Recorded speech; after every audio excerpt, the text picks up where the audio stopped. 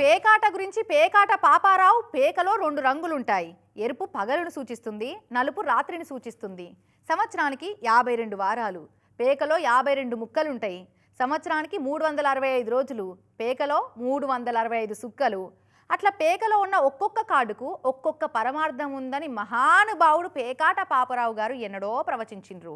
ఇక అట్లా పేకాటలున్న పరమార్థాన్ని గ్రహించి నిత్యం ఎక్కడో పోతాన చాలా మంది బికారీలయ్యేతందుకు బిస్తర్లు వరుసుకొని బిందాస్గా పేకాట ఆడుతుర్రు.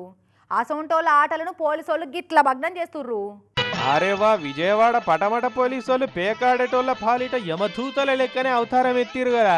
వాళ్ళ పోలీస్ కళ్ళతోటి చూస్తే పత్తాలాట పాపారావులు కానొస్తలేరని డ్రోన్ కళ్ళతోటి నిఘా వేసి మరి ఆసుపడే టైంలో ఆటను చెడగొడుతున్నారు. ఇట్లా మంచిగా కృష్ణానది ఒడ్డు మీద పచ్చటి ప్రకృతి ఒడిలో పరదవరుసుకొని పత్తాలాటలో కూర్చున్న బ్యాచ్లను ఏదో మిలిటరీ ఆపరేషన్ చేసినట్టే డ్రోన్ ఎగరేసిపోయి ఇట్లా పట్టుకుంటున్నారు. ఉన్నోళ్ళేమో పేకాట క్లబ్లో పోయి ఆడతారు, లేనోళ్ళేమో ఇట్లా చెట్ల పొదలు ఉసుక దిబ్బలల్లో ఆడతారు.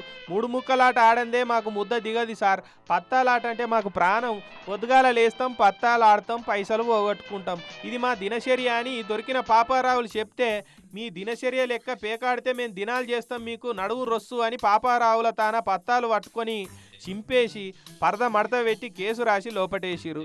చూసిరు కదా పటమట పోలీసు వాళ్ళు పత్తాడాడేటోళ్ళనే ఇడిచిపెడతలేరు. ఇక చైన్లు కొట్టేసే దొంగలను, ఈవి టీజర్లను, పిక్ పాకెటర్స్ను, పెద్ద పెద్ద దొంగలను పట్టుకునేందుకు ఏ తీరుల డ్రోన్లు వాడతారో ఇక మీరే ఊహించుకోరిగా.